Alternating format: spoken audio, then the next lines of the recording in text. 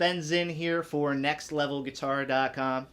Thank you all so much for joining us today. We have another Inspired by lesson for you, and we're going to take a look at the style of a really great player who has a really unique approach towards playing a melodic progression. We're going to take a look at his lead style and some ways that we can capture a little bit of that vibe in our own playing. Hey, if you would like a free video lesson and a coinciding ebook that is not available on YouTube, then click on this link down here below in the YouTube text box. Click on this link and we will send you that free video lesson and coinciding ebook available only from nextlevelguitar.com. And before we take a look at some of our lead examples today, just want to take you through the chord progression that we're going to be referencing. You can take these chords and record them into your looper or recording system, or have a buddy play them. And basically, we're going to be playing over a vamp that's G major to E minor to A minor. It's 4 bars, sort of this sort of feel.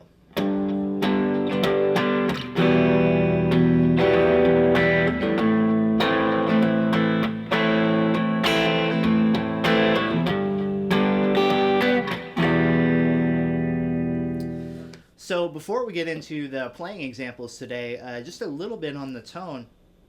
Basically what we're after here is we have our Fender guitar, so a single coil guitar is going to get you in the ballpark, and I'm overdriving it but not too much. That's the key.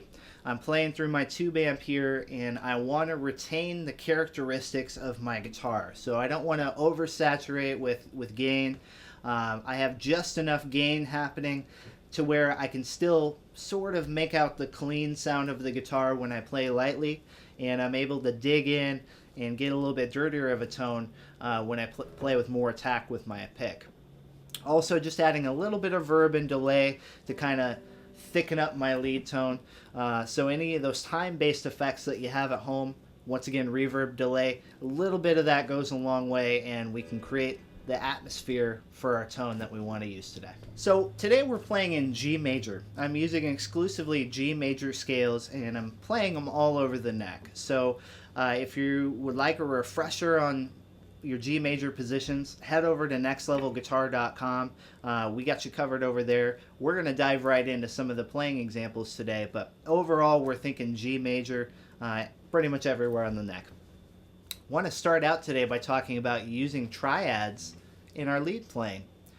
Triads are simply playing the notes of a chord one at a time. So if I were to play these 3 notes, I'm spelling out a G chord. And we can really take advantage of playing triads in our leads because it's such a strong sound. And what we can do, for instance, on these top 2 strings is play all of the triads that fit in the key of G.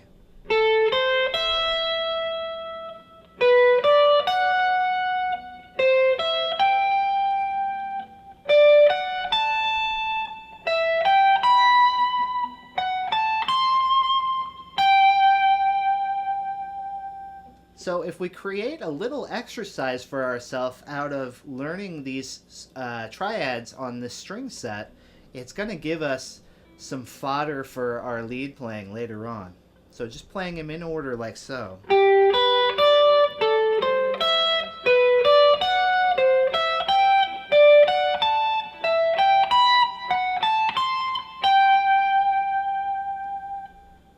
As soon as you get comfortable with where those triad positions are, you can start to create some music and start to phrase them a little bit differently. Maybe with the G triad, for instance, I play a little lick like this. Now all of a sudden we're in more of a musical realm because we're playing it in a little bit more of a musical way. So you can play the whole triad, or you could even just take a couple of notes and really milk those. So if I'm up here at the E minor triad, I can play a nice sounding lick just by taking those top 2 notes and playing them over my progression.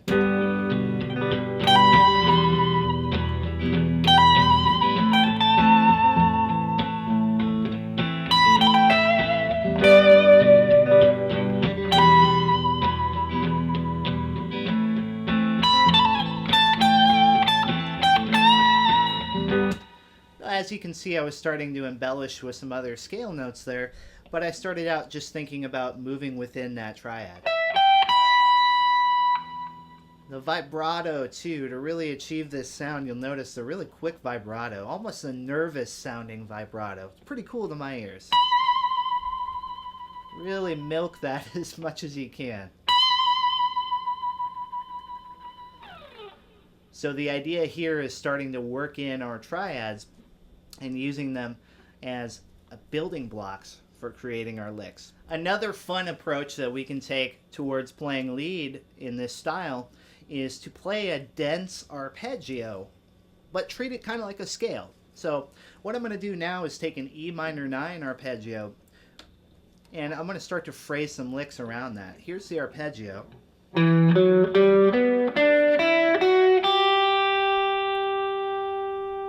And I'm going to use that to help me start to build lines. The reason this works so well is when you get into a denser arpeggio, 5 or more notes, we're starting to get into scale territory anyways. We all like playing our 5-note pentatonic scales, so you can almost think about some of these arpeggios as just a different way, a different concept of a pentatonic scale. Almost kind of has that sound to it. So simply running up and down the arpeggio is going to produce a nice dense sound. And you can start to build some licks based on that idea. We can bring in notes from the G scale that are outside of that arpeggio to add on to that. So here is all arpeggio notes. Right there, we're bringing back a note from the G scale. You can start to create a lick based on that.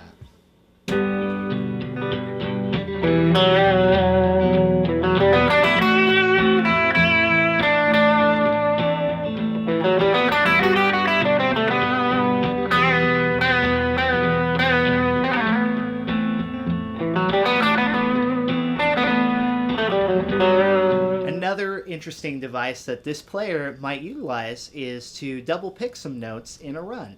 And this is a very effective way to differentiate a lick from something that you played before. So double picked means just play each note 2 times. So maybe we do something like this. And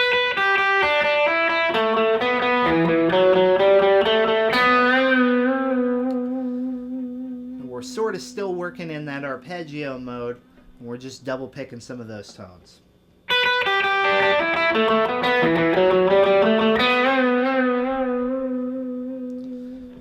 Playing melodically by using some chord-based ideas is also right in the ballpark of playing in this style. We could maybe play a chord-based fill.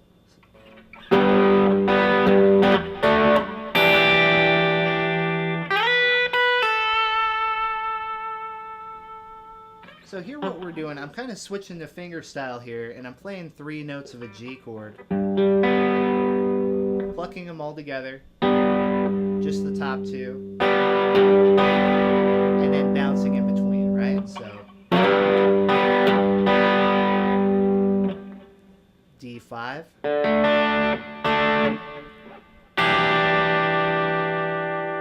E minor.